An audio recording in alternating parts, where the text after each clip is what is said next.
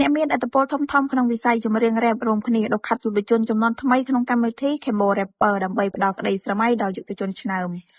ស្របពេលកម្មវិធីប្រឡងចម្រៀងរ៉េប Kemo Rapper គេដល់ការប្រកួតវគ្គផ្ដាច់ព្រាត់បានដែលធ្វើឲ្យផ្ទុះការចាប់អារម្មណ៍ខ្លាំងពីសំណាក់អ្នកគាំទ្រក្នុងនោះដែរក៏មានលេចលឺព័ត៌មានថាអ្នកមានអត្តពលក្នុងវិស័យចម្រៀងរ៉េបបានចូលរួមជាមួយផលិតកម្ម Galaxy ដែលជាអ្នកធ្វើផ្ដើមបង្កើតកម្មវិធីប្រឡងចម្រៀងរ៉េបលំដាប់អន្តរជាតិ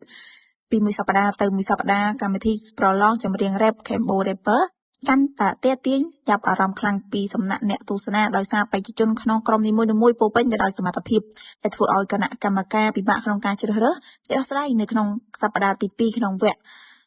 United ដែលមានបេក្ខជនឆ្នាំច្រើនដែលចាប់ដៃគូគ្នាធ្វើបទចម្រៀងក្រុមដើម្បីប្រកួតប្រជែង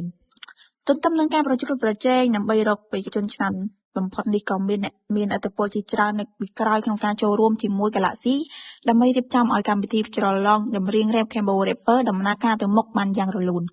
តាមប្រភពមួយចំនួនបានឲ្យដឹងថាផលិតកម្ម Galaxy និងក្រុមហ៊ុនខ្មែរ Beverages បានសហការគ្នាបង្កើតកម្មវិធីប្រឡងចម្រៀងនេះឡើងដើម្បីស្វែងរកម្ចាស់ជាលភា100លានរៀល